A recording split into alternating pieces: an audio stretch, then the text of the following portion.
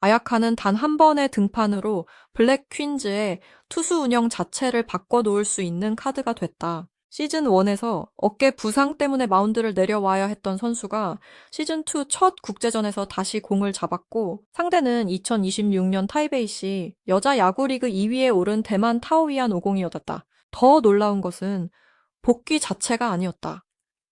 선두 타자를 상대로 직구와 변화구를 섞어 첫 삼진을 만들어냈고, 타구 처리에서는 소프트볼 선수 출신다운 여유까지 보여줬다.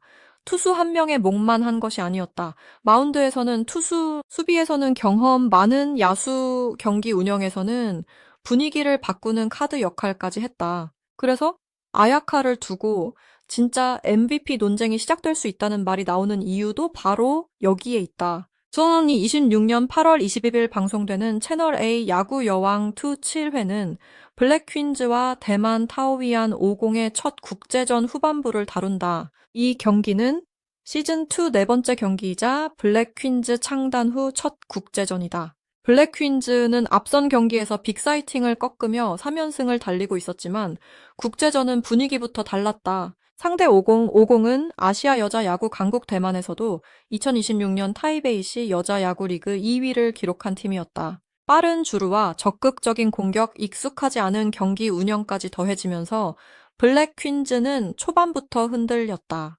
3회 초까지 점수는 6대5.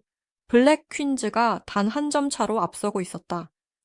이미 선발 장수영이 대만 타자들의 빠른 주루와 압박을 상대했고, 수비에서는 실책까지 나오며 경기의 흐름이 여러 차례 흔들렸다. 이 위기에서 먼저 마운드에 오른 선수는 박민서였다. 박민서는 구원 투수로 등판해 강한 공과 자신감 있는 승부를 보여주며 급한 불을 껐다. 그런데 그 다음 카드가 바로 아야카였다.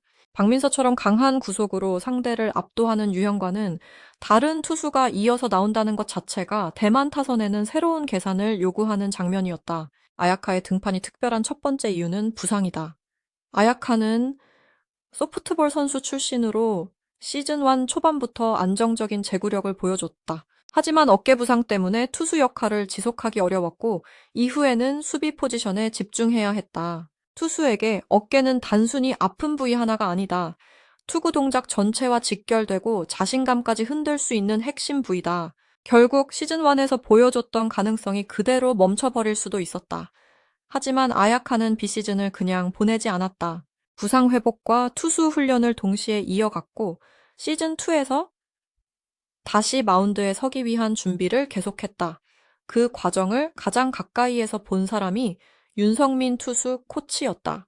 윤성민은 아야카를 다시 투수로 기용한 이유에 대해 많은 연습을 통해 제구력과 볼의 힘이 좋아졌다고 판단했다고 설명했다. 단순히 선수가 던지고 싶다고 해서 국제전 마운드에 올린 것이 아니었다. 실제 훈련에서 공의 힘과 제구가 모두 나아졌다는 판단이 있었기 때문에 선택한 카드였다.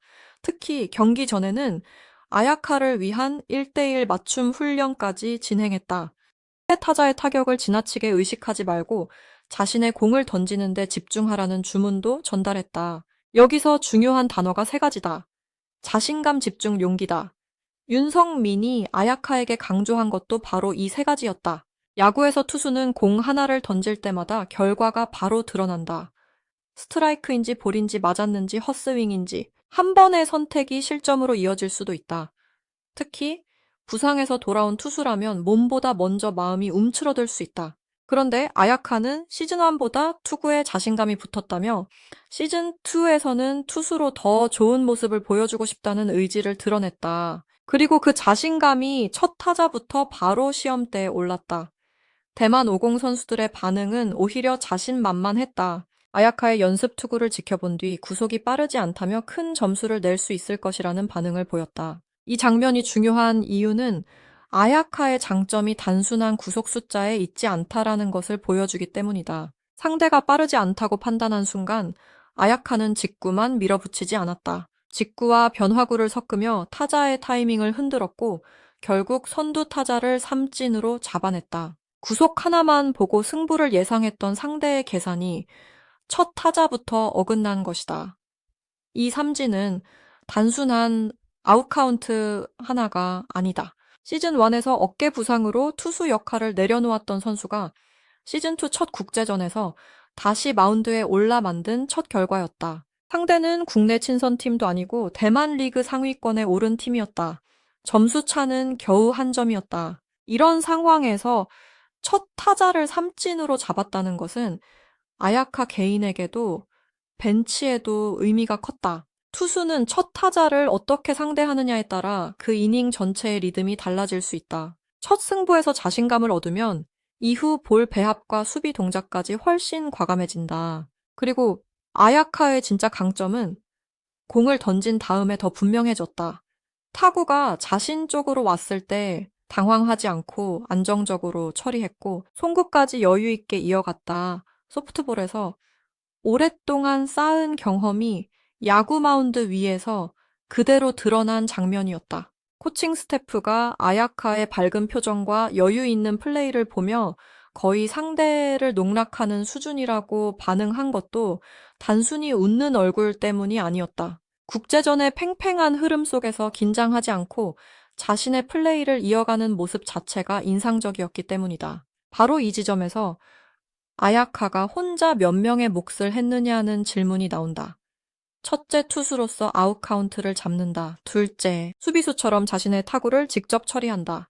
셋째, 소프트볼에서 익힌 경기 감각으로 상황을 읽는다. 넷째, 부상 복귀 선수임에도 마운드에서 위축되지 않으며 팀 분위기를 안정시킨다. 다섯째, 박민서 다음에 전혀 다른 스타일의 투수로 등장해 상대 타선의 리듬까지 바꾼다.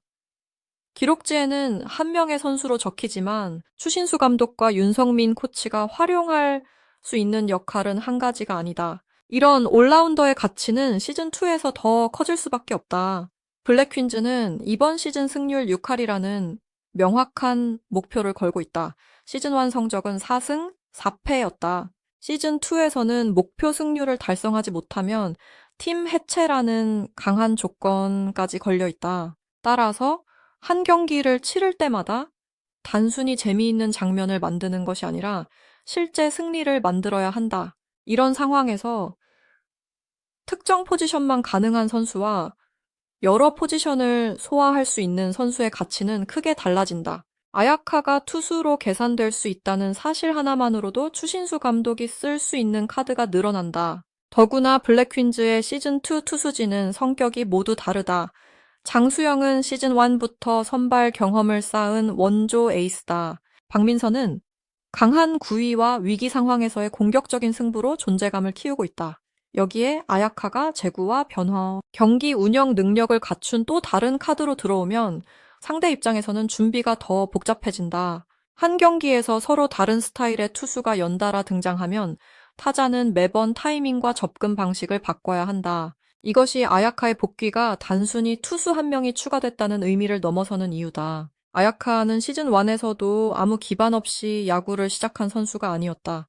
소프트볼 경험이 있었고 투수로 선발 등판한 경기에서는 제구와 견제 능력을 보여주며 가능성을 인정받았다. 특히 마운드에서 주자를 의식하고 직접 타구를 처리하는 감각은 다른 종목 출신 선수들이 단기간에 익히기 어려운 부분이다. 하지만 그 가능성은 어깨 부상 때문에 완전히 이어지지 못했다. 시즌2의 아야카가 주목받는 이유는 새로운 능력을 갑자기 얻었기 때문이 아니라 이미 가지고 있던 능력을 부상 회복과 반복 훈련으로 다시 꺼내고 있기 때문이다. 그리고 국제전이라는 무대는 그 복귀의 가치를 더 크게 만든다. 지난 26년 8월 13일 방송된 6회에서 블랙 퀸즈는 첫 국제전의 전반부를 치렀다.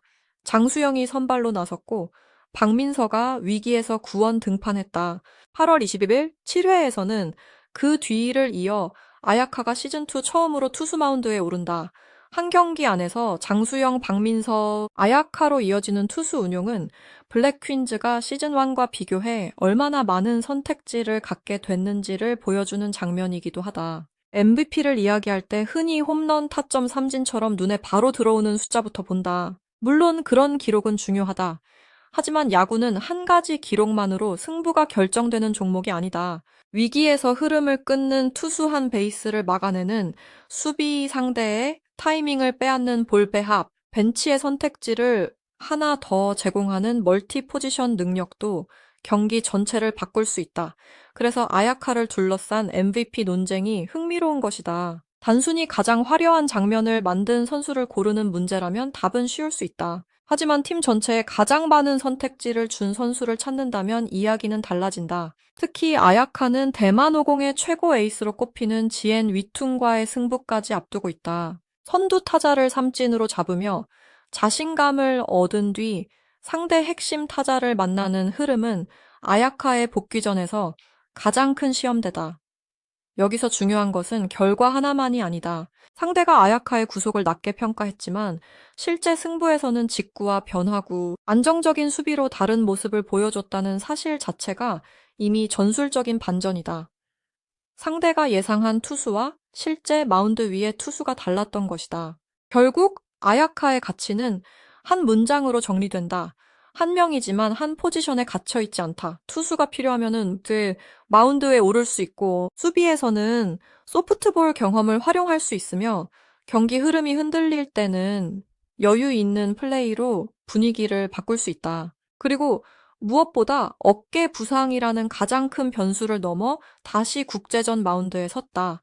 박민서의 강렬한 구원 투구가 블랙 퀸즈의 위기를 막았다면 그 뒤에 등장한 아야카는 블랙 퀸즈가 앞으로 사용할 수 있는 또 하나의 무기가 무엇인지 보여주기 시작했다. 그래서 지금 가장 흥미로운 질문은 아야카가 몇 개의 삼진을 잡았느냐만이 아니다. 이 선수가 한 경기에서 실제로 몇 명의 역할을 대신할 수 있느냐는 것이다. 투수 한 명, 수비수 한 명, 경기 운영이 가능한 경험자 한 명의 가치가 한 선수 안에서 겹치기 시작했다. 시즌2 첫 투수 등판부터 이런 장면이 나왔다면 앞으로 블랙 퀸즈의 투수 운용은 훨씬 더 복잡하고 강해질 수 있다. MVP 경쟁도 마찬가지다. 가장 강한 공을 던진 선수와 가장 중요한 안타를 친 선수만 후보가 되는 것이 아니다. 팀이 어려울 때 여러 문제를 동시에 해결하는 선수도 충분히 중심에 설 수 있다. 아야카가 이번 국제전에서 보여주기 시작한 것이 바로 그 가치다.